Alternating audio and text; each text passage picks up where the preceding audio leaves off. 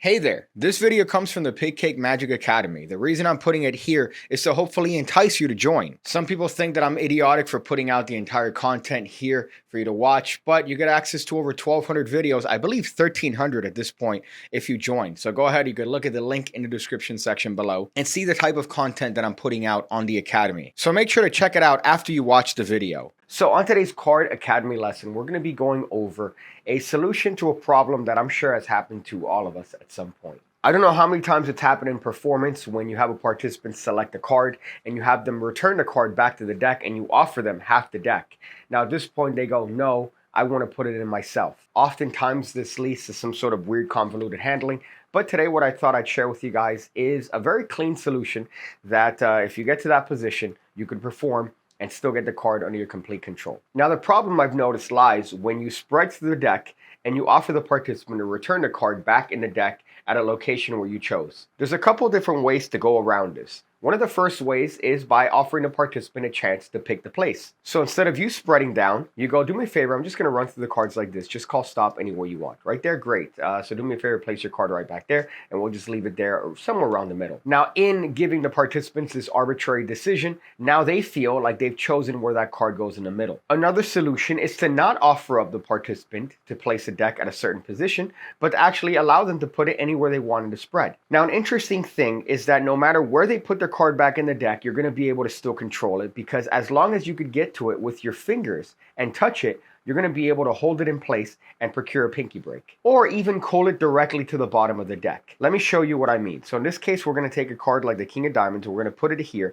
and now I've noticed that in placing it there in the middle of the deck, I'm actually touching it with my forefinger. So I have contact with that card with my forefinger, and if I push it into the deck all the way, it doesn't matter because my forefinger has made complete contact with the card, so I know exactly where it is at all times. So the moment that card is pushed into the deck, it doesn't matter if it seems like that card is flush, my forefinger has made contact with that card the entire time. So now I could do a number of things. Firstly, I could even pull this card back and call it directly to the bottom of the deck, controlling it without any sort of problem whatsoever.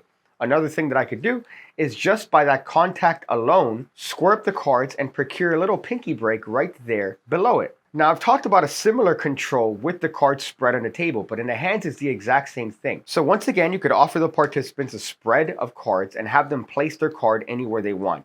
As long as any one of your fingertips touches that card, you're going to be able to feel it and know where that card is in the deck. So let's say the participant puts their card here, I could just feel it with my forefinger right there. Now, if you happen to be grabbing the card and place it in the middle, you have more control, because by pulling it more towards the right, that card is actually being removed from the spread, but it just looks like you're adjusting it in the actual spread itself. Meanwhile, half the card is already sticking out. So if I push that card in flush with the deck, that card is actually sticking out a good portion. So now it's just a matter of pulling that card to the right as I spread through the cards, mentioning the card goes somewhere in the middle, and now that card is controlled directly to the bottom of the deck. I know it sounds weird with me explaining it, but it's one of those things that you have to try with the cards in your hand.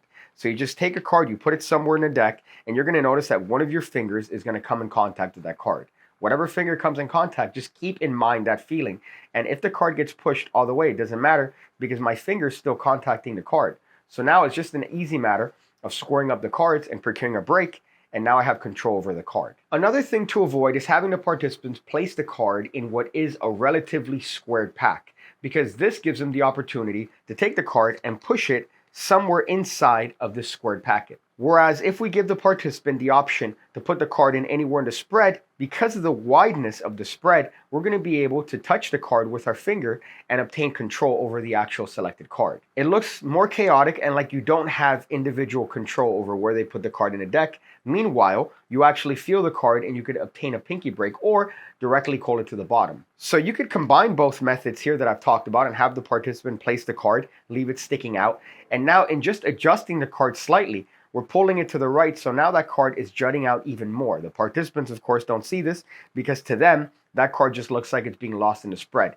Meanwhile, if we push this card in flush with the deck, that card is sticking out a good portion. Even though from this angle, it looks like that card is completely squared in the deck. So now it's just a matter of pulling that card to the right as we show the rest of the cards, and now that card is controlled directly to the bottom of the deck under very fair conditions. This sort of problem reminds me in the world of mentalism when you offer the participant a chance to make a selection based on thinking about it rather than just naming it out loud. We've talked about this on the mentalism side of things, but if you have a participant name something out loud, they're going to be less likely to challenge you, whereas if you have them think of something and then name it out loud, they're going to say, well, you read my mind, you're the mind reader. And it's the exact same thing with this. We're offering less of a chance for the participant to question what it is that we're doing. Whether that's giving them a choice as to actually where that card goes by having them call stop, or spreading through the deck and having them place the card anywhere they want in the actual spread, we're giving them the illusion that they're in control. Now, this isn't necessarily the participants being hecklers, as many people would think. It's just that you're going to go with an extraordinary claim. And in this case, if you spread through the cards and have the participant place the card in a position of your choosing, well, of course you're going to be able to find it again because you're picking where it goes in the deck. And oftentimes you'll find that a participant would even ask you, and they'll go, can I put it somewhere else? And this isn't an example of heckling because, again, here the participant, they just want to put the card back in the deck. As a magician, the implication is that you know how to handle a deck of cards, that you know how to move cards around or control cards. Even if it's not necessarily explained out loud, it's something that's implicit. So if you have the participant place the card back in a specific position, well, then obviously you're going to be able to control it because you're the one choosing where it goes. So really, it's just a matter of the participant being a participant. And here in this lesson, I've taught you a couple different ways to go around it. But other than that, I hope you guys enjoyed the lesson. Thank you guys for being piggybackers, and I hope to see you on the next one.